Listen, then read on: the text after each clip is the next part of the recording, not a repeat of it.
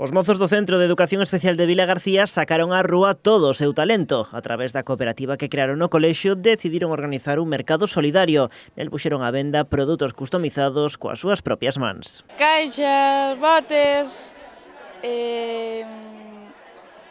lapiceros. Estamos vendendo jarras, cosas para vender e lo pintamos nós. Caixas, lapiceiros, bolsos con mensaxes.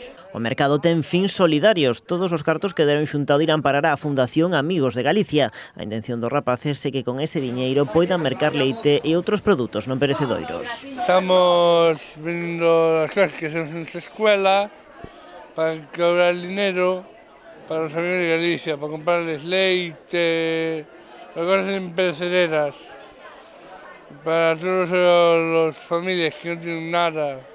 O proxecto da cooperativa no que están implicados os 30 alumnos do centro trae moitos beneficios para eles. Primeiro porque teñen que traballar en equipo, entenderse entre eles, poñerse de acordo que produtos venden, como os van, e despois por esa rama de solidariedade, de axudar aos demais. Nos estamos acostumados a que a xente sexa solidaria con nós e chega o momento de que nós tamén sexamos solidarios cos demais. Outro dos aspectos positivos é a motivación que supón para eles esforzarse nun traballo que pouco a pouco se vai materializando. Todo o que implica o traballar cunha finalidade totalmente diferente a traballar por traballar, a facer un traballo no centro porque hai que facelo, non? Ten unha finalidade e unha finalidade boa.